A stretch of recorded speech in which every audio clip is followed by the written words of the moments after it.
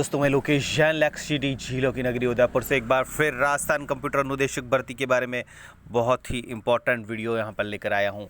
अभी तक मैंने जितने वीडियो बनाए हैं इस समय ये वीडियो बहुत ही इंपॉर्टेंट हो जाता है क्योंकि मैं इसमें बताऊंगा आपको कि सिलेक्शन कैसे लेना है, हमको कैसे सेलेक्ट होना है, उसकी स्ट्रेटजी, उसका प्लान, उसका पूरा रोड मैप यानी प्लान हम लोग यहाँ पे तैयार करेंगे। उसके अकॉर्डिंग हम चलेंगे तो 100% हम लोग सिलेक्शन ज़रूर ले लेंगे।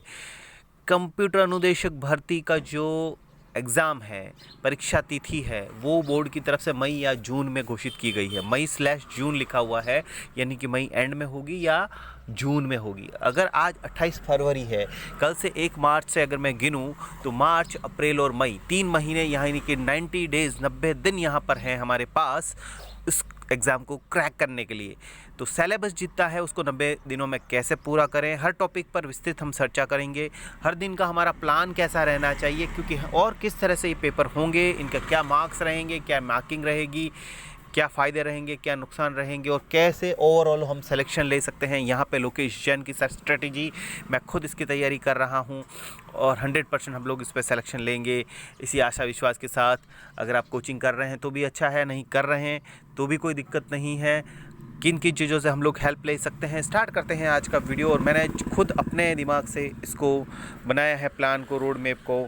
अगर मैं बात करूं तो कंप्यूटर अनुदेशक भर्ती की तैयारी, हर दिन की हमारी रणनीति कैसी रहनी चाहिए, हर दिन हमारे लिए इम्पोर्टेंट है, हर घंटा हर मिनट इम्पोर्टेंट है। क्योंकि अगर एक नंबर से आधे नंबर से भी हम लोग रह जाते हैं तो हमारे लिए ये हमारे फ्यूचर का सवाल है, हमारी ज़िंदगी का सवाल है।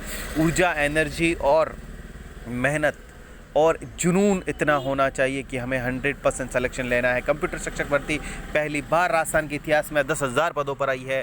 लगभग 9,800 बेसिक पदों पर, 200-250 पदों पर लगभग सीनियर कंप्यूटर इंस्ट्रक्टर की आई है। अब हम स्टार्ट करते हैं आज का वीडियो। मैं आपको बताता हूँ कि मेरा जो प्लान है वो कैसा रहता है और आप लोगों को भी कैसा रखना चाहिए। मैं स्टार्ट करता हूँ। यहाँ पर मैंने विस्तृत रणनीति, ये मेरे हैंडमेड नोट्स हैं जो मैंने खुद बनाए हैं। कंप्यूटर अनुदेशक भर्ती 2022 सिलेक्शन प्लान है। ये हमारा एग्ज़ाम होगा, परीक्षा तिथि जो बोर्ड की तरफ से है वो मई या जून में है। अभी तक कंफर्म डेट नहीं आई है, लेकिन हम लोग ये चलते हैं कि मई एंड में या जून में इसका एग्ज़ाम होगा। तो अगर जून में एग्ज़ाम होता है तो 3 महीने हमारे पास है। कल से मार्च स्टार्ट हो रहा है, मार्च, अप्रैल और मई 3 महीने यानी कि 90 डेज़। हम लोग जो प्लान बनाएंगे वो 90 डेज़ का बनाएंगे। हमको इसको क्रैक कैसे करना है, 90 डेज़ में हमें सिलेक्शन कैसा लेना है। आपको पता है कि दोनों में पेपर 1 और पेपर 2 होगा। दोनों पेपर 100 नंबर के होंगे। दोनों के लिए एग्ज़ाम का जो ड्यूरेशन होगा वो 2 घंटे रहेगा। हम लोगों को टाइम लिमिट भी ध्यान रखनी होती है, क्योंकि एग्ज़ाम तो कई लोग क्रैक कर लेते हैं। रीजनिंग वगैरह में कई लोग मैथ्स और रीजनिंग में क्वेश्चन आंसर कर लेते हैं, लेकिन टाइम इतना ज़्यादा लग जाता है कि कहीं ना कहीं वो पीछे रह जाते हैं। तो दोनों पेपर मिला के 200 नंबर पे होंगे। और यहाँ पे सबसे बड़ी बात यह है कि माइनस मार्किंग होगी। बहुत सारे एग्ज़ाम में माइनस मार्किंग नहीं होती है। यहाँ पे एक गलत क्वेश्चन करने पर 1/3 आपका जो माइनस मार्किंग होगी। 1/3 का मतलब आप मान के चलिए कि अगर आप एक क्वेश्चन सही कर रहे हैं और आपको 1 नंबर मिल रहा है, लेकिन अगर आपने 3 क्वेश्चन गलत कर दिए तो आपका भी 1 नंबर लगभग चला जाएगा। 1/3 का मतलब आप मतलब आप ये समझ सकते हैं कि 1 मार्क्स का तीसरा भाग है ना। तो यहाँ पर हमको केयरफुली करना होगा। हम तुक्के नहीं लगा सकते, बिल्कुल भी गैस नहीं कर सकते। हम लोगों को एग्जैक्टली भरना होगा, अदरवाइज़ हमको उसको छोड़ना होगा। ओके, अब स्टार्ट करते हैं आज का वीडियो। अगर मैं बात करूँ पेपर 1 की, मैं आपको ये बताना चाहता हूँ कि इसमें जो सिलेबस है और सिलेबस पे जो टॉपिक हैं वो कितने नंबर के आएंगे और कितने नंबर के आएंगे उसके अकॉर्डिंग हम उसको टाइम देंगे, क्योंकि अगर मैं बात करूँ पेपर 1 की, तो पेपर 1 में पहला पार्ट है जीके में एक तो आपका आर्ट एंड कल्चर आएगा, यानी कि कला और संस्कृति, ये इसको मान के चल रहा हूँ मैं 10 नंबर का आएगा। दूसरा हिस्ट्री आएगा, इतिहास यानी कि 10 नंबर का आएगा। ज्योग्राफी, भूगोल यानी 10 नंबर का आएगा। जनरल साइंस यानी दैनिक विज्ञान 10 नंबर का आएगा। और करंट अफेयर्स यानी कि जो समसामयिकी के मामले होते हैं, करंट अफेयर्स होता है लेटेस्ट, वो 10 नंबर का आएगा। तो इस सब को मिला के मैं जीके 50 नंबर का लेके चल रहा हूँ इस पेपर के अंदर।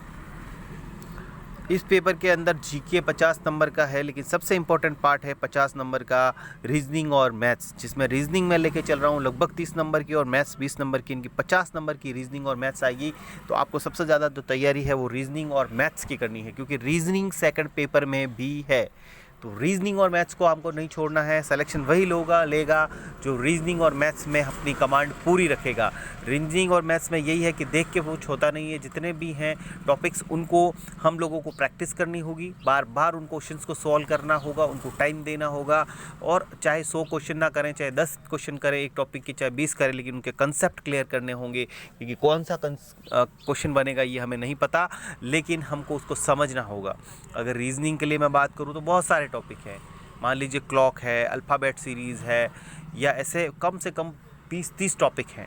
हर टॉपिक के अगर हम 10-15-20 क्वेश्चन कर लेते हैं, ब्लड रिलेशन है ना, तो ये ऐसे क्वेश्चंस हैं जो उनको करने पे एक बार अगर आपके दिमाग में फिट हो गया तो आप पूरे नंबर रीजनिंग में ला सकते हैं। रीजनिंग और मैथ्स में आपका कोई भी नंबर काट नहीं सकता।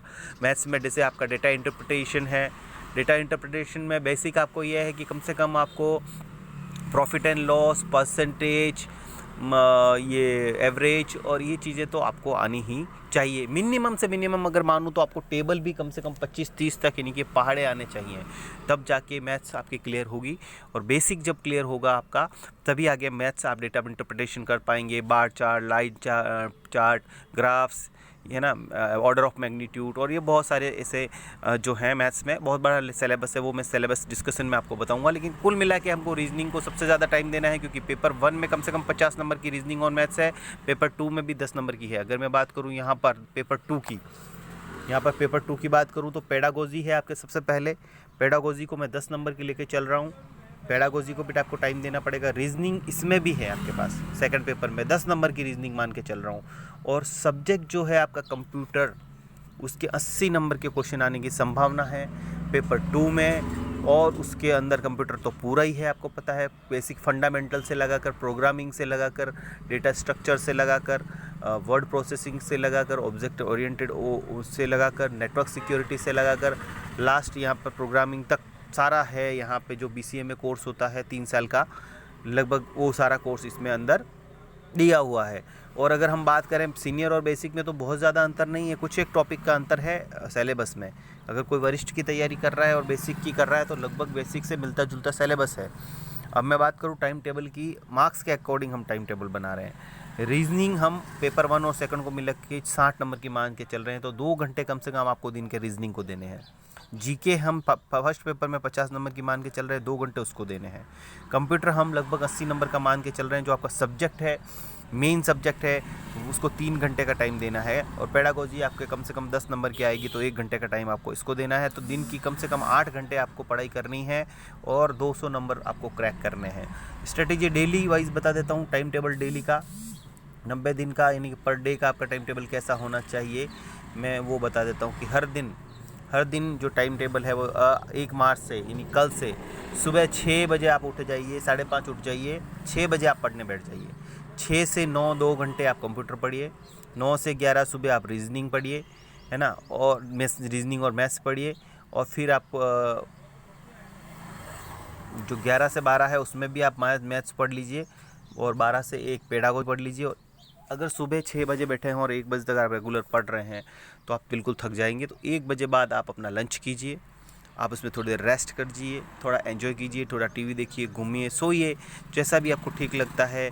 1 से 4 बजे तक आप रेस्ट कीजिए, जिसमें खाना पीना, घूमना, रेस्ट करना, अपने दिमाग को एक रिलैक्स करना। उसके बाद 4 बजे वापस पढ़ने बैठिए। शाम को 4 से 8 जीके पढ़िए, है ना। जीके के अंदर अगर मैं बात करूँ तो 4 से 5 आप आर्ट एंड कल्चर पढ़ लीजिए, 5 से 6 आप हिस्ट्री पढ़ लीजिए, 6 से 7 आप ज्योग्राफी पढ़ लीजिए, 7 से 8 आप जनरल साइंस पढ़ लीजिए, और 8 से 9 आप करंट अफेयर्स पढ़ लीजिए। तो ये हो गया सुबह 6 से शाम को 9 बजे तक। आप थक जाएंगे, 9 बजे बाद आप खाना खाइए और घूमिए थोड़ी देर, और उसके बाद आप सो जाइए। तो सुबह 6 से शाम को 9 बजे तक का ये एक प्लान है डेली का, जो आपको फॉलो करना है। Thank you so much. तो इससे आपका सिलेक्शन मिलेगा आपको। थैंक यू, धन्यवाद।